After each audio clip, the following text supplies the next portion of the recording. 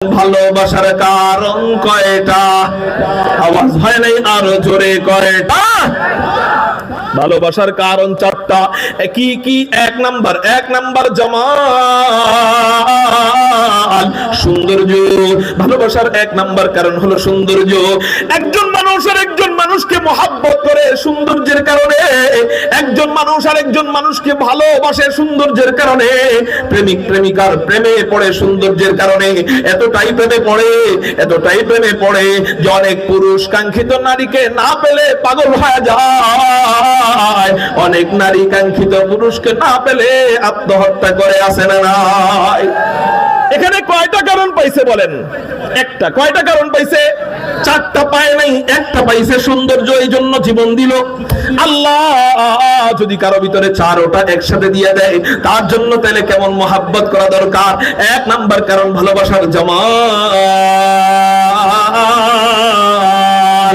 ভালোবাসার দুই নাম্বার কারণ হলো কামাল, যোগ্যতা বা পূর্ণতা। এখানে সৌন্দর্যের দরকার নাই, কোন ব্যক্তির যোগ্যতা ভালো, এই জন্য মানুষ তাকে মহাব্বত করে। কালো হলেও মানুষ তারে ভালোবাসে। যেমন জাতীয় মসজিদ বাইতুল মুকাররমের খতিব আল্লামা মুফতি আব্দুল মালিক হাফিজাহুল্লাহ, হযরতকে আমরা মহাব্বত করি কেন? বলে চেহারা দেখে মহাব্বত করি না, কারণ চেহারাটা ওইরকম উজ্জ্বল নয়, হযরতের চামড়া ওইরকম সাদা নয়, দেখতে সুঠাম দেহের অধিকারী নয়। তারপরেও আমরা হযরতকে মহাব্বত করি কেন? বলে যোগ্যতার কারণে মহাব্বত করি। বলে এতটাই মহাব্বত করি, যোগ্যতার কারণে এতটাই মহাব্বত করি যে হযরতের জন্য যদি প্রয়োজন হয়, আমরা হযরতের ছাত্ররা হযরতের জন্য জীবন দিতে প্রস্তুত আছি। তাহলে এখানে ভালোবাসার কয় নাম্বার কারণ পাইছে বলেন? দুই নাম্বার কারণ। সেটা সৌন্দর্য নাকি যোগ্যতা? যোগ্যতা। ভালোবাসার তিন নাম্বার কারণ হলো ইহসান।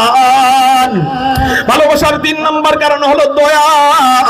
ব্যক্তিটা বড় দয়ালু, ব্যক্তিটা বড় সমাজ সেবক, এই জন্য মানুষ তারে মহাব্বত করে। ভালোবাসার চার নাম্বার কারণ হলো করবাত, আত্মীয়তা। একজন মানুষ আর একজন মানুষকে আত্মীয়তার কারণে মহাব্বত করে। আগে শালারে জীবনেও চিনত না, আগে দুলাভাইরে জীবনেও চিনত না, এখন মহাব্বত করে আত্মীয় হওয়ার পরে। শালা দুলাভাইয়ের জন্য জীবন দেয়, দুলাভাই শালার জন্য জীবন দেয়, বিয়াই বিয়ের জন্য জীবন দেয়, ভাইরা ভাইরাকে জীবন দিয়ে মহাব্বত করে, আছে না নাই? স্বামী বিবির জন্য জীবন দেয়, বিবি স্বামীর জন্য জীবন দেয়, এমন নজির নাই।